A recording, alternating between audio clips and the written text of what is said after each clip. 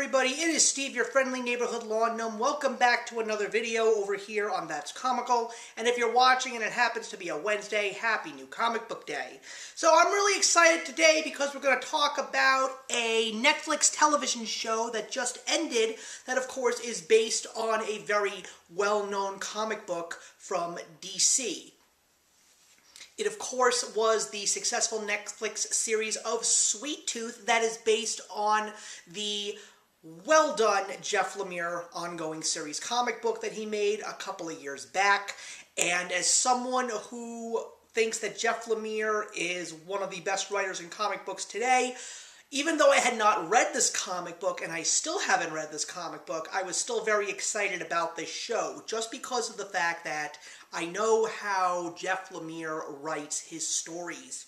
He's a very diverse writer. He writes about lots of different things. He does fantasy, he does horror, he does science fiction, and one of the few things that he does absolutely wonderfully is that he really knows how to capture story and characters, and that is definitely portrayed through the entire cast and crew that made this 3-season Netflix show. So what is Sweet Tooth about? Well, Sweet Tooth is about a not-too-distant future where a mysterious virus that is known as the Sick starts killing off the human race. What I found absolutely hilarious was the fact that this story officially hit Netflix around the time that we were dealing with the COVID pandemic. So, only appropriate, I guess. And the Sick is definitely a noticeable thing because when someone has it, their pinky starts to wiggle like this. And that's when people suddenly realize, oh no, you have the Sick. But at the same time that this was happening to the human race, another crazy event was taking place, and that was children that were being born were not only immune to the Sick, it came at a cost because they turned into these human-animal hybrids. And we're not talking crazy-looking animals, we're talking actual members of the animal kingdom.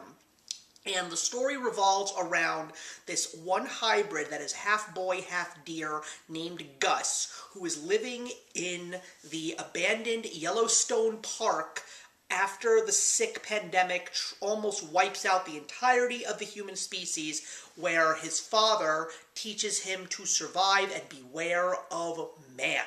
And through this, Gus, the deer boy, goes on a journey to find his mother, but as he's specifically looking for his mother, he doesn't realize the true grand adventure that awaits him, and more importantly, the true purpose of this adventure. So, even though I had not read this comic book, I knew that I was going to enjoy this show, and I very much enjoyed this show because it really did feel like I was reading a Jeff Lemire graphic novel. The cast also did a phenomenal job. There aren't that many known actors in this story, but there are some very well-known names. I think the most amazing part of this show is the fact that the entirety, each episode, is narrated by the great James Brolin.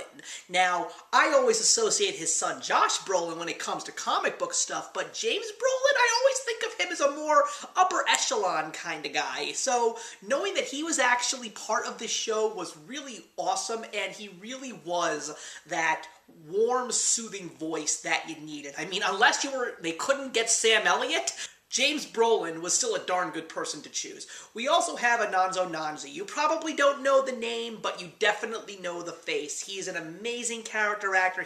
He plays who Gus refers to as the big man, who is his friend that he meets along the way. And if you may not know this name, you probably have seen Ananzo Nanzi in movies like Ender's Game and one of my personal favorites, 7 Days in Entebbe. He is such an amazing character actor, and he was perfect for this show. And also the big name that I personally know is Kelly Tran. I mean, we all know what happened with Kelly Tran with The Last Jedi, but as time moved on, she has picked up some very good roles, including the voice of Raya from Raya and the Last Dragon from Disney, and I had a feeling that she was going to put on a great performance on this show as Rosie, and my God, she was so good in this show. So once again, this is not her fault. This is just Star Wars and the great Kathleen Kennedy. Of course, you know I'm being sarcastic there. Just not knowing what to do with the actors that they have and just rubbing everybody the wrong way. Kelly Tran, I think, is a good actress with tons of potential. She just has to get the right roles, and she gets a great role in Sweet Tooth. The story is incredible. I love the kids that are the hybrids as they're getting older, because this takes place 10 years after the hybrids start being born, so you see a lot of children. There's no adults that are hybrids as of yet. And one of the few things that I absolutely think the show did beautifully was the fact that they really did not rely on CGI. There's definitely some moments where you can definitely tell that it's CGI, but especially when it comes to making the hybrids, there was a great use of practical effects and makeup. They looked stunning, these kids, looking like half men, half animal. It was just such a unique thing to see, and once again, the kids, I thought, were the best part, especially in Season 2. Gus and Wendy, just seeing these little kids that definitely don't look normal based on what we know today. The fact that they seemed to still be unified, still have so much heart and soul and hope. You just really feel for these very unique and special children. So the other thing that I'm really surprised about is the fact that not that many people talked about this show. I mean, I remember when it was coming out, I just remembered it being such a standout, especially when you just see the picture of the baby that has the puppy dog face. That's the poster that I remember, and I'm just saying to myself, what is this? And this was also before I started really getting into comics outside of the big two. I had just gotten back into comics. Jeff Lemire was a name that I sort of knew but didn't know well, but in the last couple of years, I have read so much of his work except for Sweet Tooth. As a matter of fact, the big news revolving around Jeff Lemire is that he's writing his first long ongoing series for the first time since Sweet Tooth over at Boom Studios called Minor Arcana. I'm already 2 issues in and I really like it, but he's doing a lot of work for DC.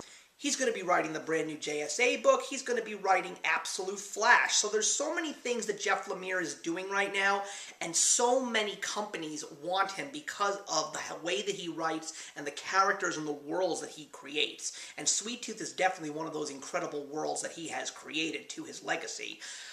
Will I actually read the graphic novel? I'm still debating about that because I enjoyed Sweet Tooth so much. It's one of those moments where I'm like, I don't want to read the graphic novel and just have it ruin the TV show for me because I loved it so much, even though you shouldn't judge a book by its movie, or its TV show in this case, but it's just one of those times where I just don't feel the need to read the ongoing series, even though I love the creator and I love the story so much.